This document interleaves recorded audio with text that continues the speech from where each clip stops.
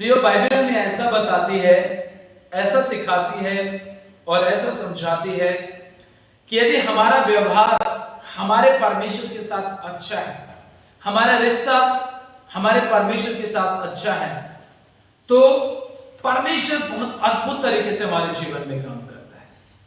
यदि हमारा व्यवहार अच्छा नहीं है तो कहीं ना कहीं हम इस तरीके से अपनी जिंदगी जी रहे हैं कि परमेश्वर भी हमारी जिंदगी से खुश नहीं है।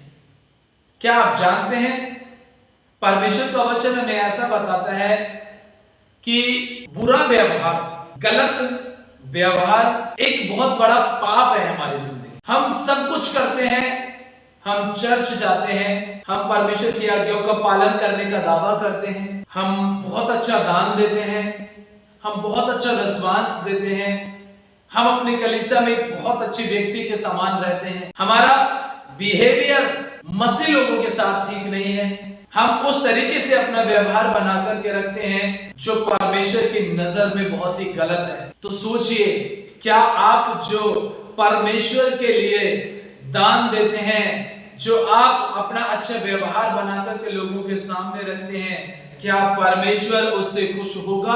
क्या परमेश्वर प्रसन्न होगा? क्या हम सोचते हैं इस बात के लिए प्रियो कि प्रभु यीशु मसीह किस तरीके से अपना व्यवहार बना करके रखता था? प्रभु यीशु मसीह कैसे अपना व्यवहार बना करके रखता था? हम जानते हैं इस विषय में। बाइबल में हमें ऐसा पता चलता है कि स्वभाव और व्यवहार एक ऐसे तार के समान है, एक ऐसे स्वर के समान है। किस तरीके से ये हो सकता है संभव? अगर हम देखते हैं गिटार बजाता है कोई भी जन, अगर उस गिटार की एक तार टूट जाए तो क्या गिटार सही तरीके से बजाया जा सकता है? क्या गिटार की सारी धुन सही तरीके से निकल सकती है? नहीं निकल सकती। क्यों? क्योंकि गिटार की धुन तभी निकलेगी जब उसकी चार की चार तारें कैसी होंगी, सभी की सभी तारें कैसी होंगी, उसकी ठीक हो। उसी प्रकार से प्रियो, हम सब जानते हैं प्रभु का दास पतरस के बारे में अगर हम अच्छे तरीके से जानते हैं, समझते हैं, पतरस के बारे में अगर हम देखते हैं तो जिस समय पर वो मछली पकड़ता था उस समय का उसका व्यवहार कैसा था? उसके बाद जब प्रभु यीशु मसीह ने उसको बुलाया तो उसके बाद का व्यवहार कैसा था? जब पतरस को यीशु मसीह ने अपने साथ रखा, बुलाया, उसका व्यवहार कैसा था?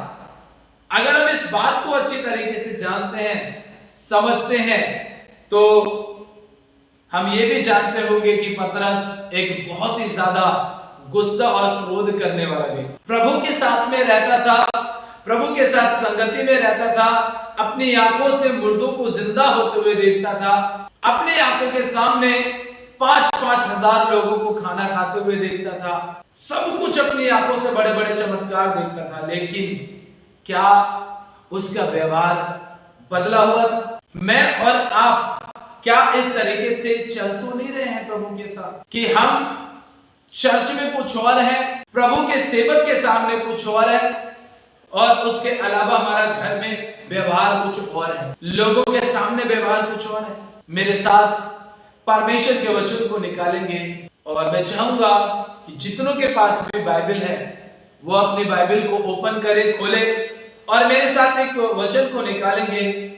और वचन निकालने से पहले मैं आपको बताना चाहता हूं कि व्यवहार होता नहीं है, व्यवहार को बनाना पड़ता है। व्यवहार इंसान का कई प्रकार का होता है, लेकिन व्यवहार को बनाया जाता है। और हम अपने व्यवहार को कैसे बना सकते हैं और हम अपने व्यवहार को कैसे सही कर सकते हैं जिससे कि मेरा परमेश्वर जिसने मुझे जीवन दिया है वो कह सके कि हाँ, ये मेरा बच्चा है, ये मेरे स्वभाव में चलता है, ये मेरे व्यवहार में चलता है। क्या हमारा व्यवहार, क्या हमारा स्वभाव ऐसा है जैसा बाइबल हमें बताती है? कहीं हम ऐसे तो नहीं हैं जैसा पतरस है। आपको पता है पतरस कैसा था? यूहन्ना रचित सुसमाचार मेरे साथ निकालेंगे, यूहन्ना रचित सुसमाचार और उसका 18 अध्याय। यहाँ पर हम इस बात को जानेंगे कि पतरस का व्यवहार कैसा था और पतरस का व्यवहार किस तरीके का था। क्या हम भी उस तरीके से तो नहीं है जैसा पतरस का व्यवहार था? क्या हम उस तरीके के व्यवहार तो नहीं रखते? बाइबल में लिखा है यूहन्ना रचित सुसमाचार 18 अध्याय और उसका 10 और 11 वचन हम पढ़ेंगे। वचन पढ़ने से पहले 1 मिनट मैं आपको बताना चाहता हूं कि यहां पर वो घटना का जिक्र किया गया है। यहां पर वो घटना है जो बाइबल के अंदर गतसमनी के बाग में घटती है। और हम सब जानते हैं कि गतसमनी के बाग में कौन सी घटना घटी थी। जब पतरस, यूहन्ना और याकूब यीशु मसीह के साथ में थे। यीशु मसीह वहां पर क्या कर रहा था? प्रार्थना कर रहा था। मन बेचैन था, परेशान था, क्योंकि वो घड़ी आ पहुंची थी जिस समय पर उसे क्या करना था? क्रूस के ऊपर जाना था। और उस समय पर प्रभु यीशु मसीह बहुत निराशा में था, इतनी ज्यादा चिंताओं में था, इतनी ज्यादा परेशानियों में थे प्रभु यीशु मसीह कि वो उस घटना को सही से बर्दाश्त नहीं कर पाए। और उसी जगह पर जब यहूदा इस्करियोती पूरी पलटन के साथ में यीशु मसीह को पकड़वाने के लिए आ जा, तब उस समय पर वो घटना घटती है। और यहाँ पर यीशु मसीह के साथ रहने के बावजूद भी पतरस के व्यवहार का पता चलता है। ये वचन जो मैं आपको आज बताने जा रहा हूं, इससे आप ये सीखना और समझना जरूरी रखना कि यीशु मसीह के साथ चलते चलते मेरा व्यवहार ऐसा तो नहीं है। क्या मेरा व्यवहार ऐसा है? अगर मेरा व्यवहार ऐसा है तो मुझे बदलने की जरूरत है, मुझे अपने आप को चेंज करने की जरूरत है। यूहन्ना रचित सुसमाचार उसका 18 अध्याय और उसके 10 और 11 वचन में इस प्रकार से लिखा है, जिस समय पर यीशु मसीह को पकड़ लिया गया था और जब उसे लेकर के जा रहे थे, तब समौन पतरस ने तलवार जो उसके पास थी खींची और महायाजक के दास पर चलाकर उसका दाहिना कान उड़ा दिया। उस दास का नाम मलखुस। तब यीशु ने पतरस से कहा, अपनी तलवार म्यान में रख। जो कटोरा पिता ने मुझे दिया है, क्या मैं उसे ना पीऊं? देखिए, यहां पर प्रभु का वचन हमें सिखाता है, समझाता है प्रियो कि जिस समय पर यीशु मसीह को पकड़ लिया गया था, कितने साल तक रहा? 3.5 साल तक पतरस यीशु मसीह के साथ था। लेकिन क्या उसके व्यवहार में कोई बदलाव था? कोई बदलाव? कोई बदलाव नहीं था। जो पहले वो गुस्सा क्रोधी रहा होगा, वैसा ही वो गुस्सा क्रोधी अभी भी है। कोई बदलाव नहीं है उसके अंदर। जब उसने देखा कि प्रभु यीशु मसीह को पकड़ करके लेके जा रहे हैं, तो मलखुस नाम के व्यक्ति का जो सिपाही था, जो कर्मचारी था, जो आज्ञाओं का पालन करता था, ऊपर के अधिकारी ने जो ऑर्डर दिया है उसे, वो उसका पालन कर रहा था। और पालन करने के साथ ही साथ में उसने क्या किया? यीशु मसीह को पकड़ा था। पर यह बात पतरस को अच्छी नहीं लगी। उसने अपनी म्यान से तलवार निकाली और क्या कर दिया? मलखुस सिपाही का दाहिना कान क्या कर दिया? उसने उड़ा दिया, काट दिया उसने। यीशु मसीह वहां पर भी अपने अच्छे व्यवहार का परिचय दे रहे हैं, क्योंकि तेरी तलवार से कुछ होने वाला नहीं है, तेरे बचाने से मैं बचने वाला नहीं हूं, क्योंकि जो कटोरा मेरे पिता ने मुझे दिया है वो तो मुझे जरूर पीना ही है। और जब तक मैं वो ना पीऊंगा, पतरस, तू भी नहीं बदल पाएगा और दूसरे भी नहीं बदल पाएंगे। ऐसे है प्रियो, आज के इस सेशन में मैं आपको बताना चाहता हूं कि आज हमारा इस YouTube के प्लेटफॉर्म पर हमारा ये पहला वीडियो है, हमारे चर्च का पहला वीडियो है, हमारी टीम का पहला वीडियो है। और हमने आज इस वचन के द्वारा इस बात को जाना है कि हम जब चर्च में आते हैं तो हमारा व्यवहार वैसा ही होना चाहिए जैसा प्रभु यीशु मसीह हमसे चाहता है। अगर हमारा व्यवहार ऐसा ही बना रहा जैसे हम रूढ़िवादी जीवन जीते हैं, कठोरता का जीवन जीते हैं, हठीले मन का जीवन जीते हैं, बुरी बातों में जीवन जीते हैं और अपना व्यवहार इस तरीके का बनाए रखते हैं कि दूसरे लोग भी हमें मसीह कहने से शर्माते हैं, मसीह कहने से शर्माते हैं।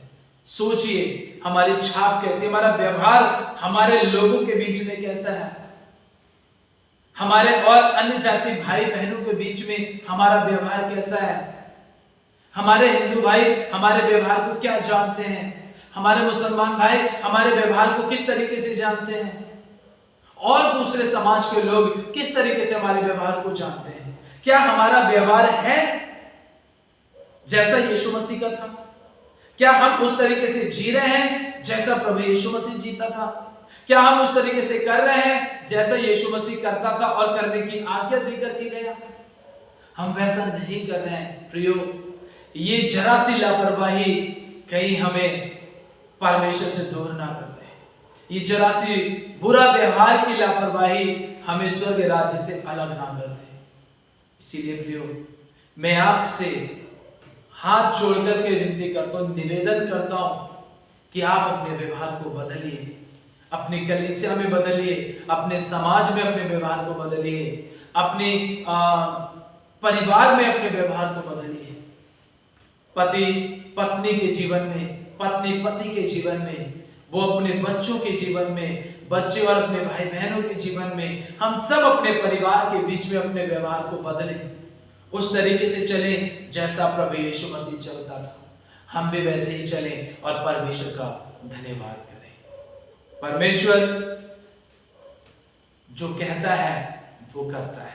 परमेश्वर ने जो ठान लिया वो वैसा करता है। प्रियो, आगे का दूसरा भाग हम लोग कल इस वीडियो को बनाएंगे और दूसरे भाग में और हम जानेंगे कि हम कैसे अपने व्यवहार को बना सकते हैं, क्योंकि व्यवहार बनाया जाता है, बना बनाया कहीं से नहीं आता है। जितना हम वचन में बने रहेंगे उतना हमारा व्यवहार बना रहेगा। कल हम फिर दोबारा से इसी टॉपिक पर बात करेंगे और जानेंगे कि हम कैसे अपने व्यवहार को और भी ज्यादा बना सकते हैं। तो इसलिए आज इस वचन के द्वारा परमेश्वर आप सबों को आशीष दे। आमीन। आइए हम सब लोग जितने भी यहाँ पर मौजूद हैं सब हम प्रार्थना करेंगे। सर्वशक्तिमान, दयालु और सामर्थ्य अनुग्रहकारी जीवित पिता परमेश्वर, राजाओं के राजा और प्रभु के प्रभु यीशु मसीह के नाम से हम आपके पास आते हैं। प्रभु, जितने भी लोगों ने आज इस तेरे वचन को सुना है, प्रभु परमेश्वर पिता, उनके जीवन में काम करना, बड़े बड़े काम करना प्रभु, अद्भुत काम करना प्रभु जी, ताकि इनकी जिंदगी में तेरा सामर्थ काम करे, इनकी जिंदगी में तेरी बरकत काम करे, इनकी जिंदगी में प्रभु तेरा वचन इस तरीके से काम करे प्रभु कि शैतान के सारे बंधन टूट जाए प्रभु। सारी बीमारियां, चाहे वो कैंसर की क्यों ना हो प्रभु, चाहे वो रसौलियां क्यों ना हो प्रभु, वो ट्यूमर क्यों ना हो प्रभु जी, चाहे थायराइड क्यों ना हो प्रभु जी, वो निमोनिया क्यों ना हो प्रभु जी, बिगड़ा हुआ बुखार क्यों ना हो प्रभु जी, हे पिता परमेश्वर, आज इस पवित्र वचन की सामर्थ्य से प्रभु यीशु मसीह के नाम से प्रभु जी वो सारी बीमारियां घुटने टेक दे पिता परमेश्वर। इसी घड़ी प्रभु तेरा सामर्थ काम करे खुदावंद यीशु राजा, इनके जिंदगी से सारी बीमारियां दूर हो जाए मेरे प्रभु। जितने भी पिता परमेश्वर लोग इस समय पर प्रभु जी इस प्रार्थना में शामिल हुए, तेरे वचन को सुना है प्रभु, यदि वो शारीरिक रूप से कमजोर है प्रभु, मानसिक रूप से कमजोर है, यीशु मसीह के नाम से ताकतवर हो जाए, यीशु मसीह के नाम से बलवंत हो जाए मेरे पिता परमेश्वर। इसी घड़ी प्रभु तेरा सामर्थ काम करे, तेरा अनुग्रह बना रहे मेरे स्वर्गीय पिता परमेश्वर जी। हे मेरे प्रभु, हम प्रार्थना करते हैं इस समय विशेषकर मेरे पिता कि जितने भी बीमारों ने इस वचन को सुना है वो अपने व्यवहार को बदलें। जितने भी भलोचंगों ने प्रभु जी तेरे वचन को सुना है वो सब की सब यीशु मसीह अपने व्यवहार को बदल दे प्रभु, क्योंकि यदि व्यवहार अच्छा नहीं होगा तो प्रभु यीशु मसीह आपकी झलक, आपकी पहचान कैसे हमारे जीवन में दिखाई देगी मेरे प्रभु। इसलिए हमारी जिंदगी में काम कीजिए, हमारे व्यवहार को बदलिए। ऐ पवित्र आत्मा परमेश्वर हमारे सहायक, आइए और हमें चलाइए, आशीष और हमें बरकत दीजिए मेरे प्रभु। इसलिए पिता परमेश्वर, हम आगे का समय आपके हाथों में सौंपते हैं पिताजी। अगुवाई करना, आत्मा के अनुसार चलना। कल जब दोबारा से हम प्रभु इस भाग में शामिल होते हैं प्रभु जी, तो पिता परमेश्वर जितने लोग भी शामिल आज हुए हैं प्रभु, कल समय से पिता परमेश्वर खुदावंद यीशु राजा प्रभु पूरी तरीके से शामिल हो और प्रभु तेरे वचन को सीख सके, समझ सके और तेरा धन्यवाद कर सके प्रभु। सारा आदर, महिमा, गौरव सलाद हम आपको देते हैं। प्रार्थना प्रभु यीशु मसीह के नाम से मांगते हैं, आमीन।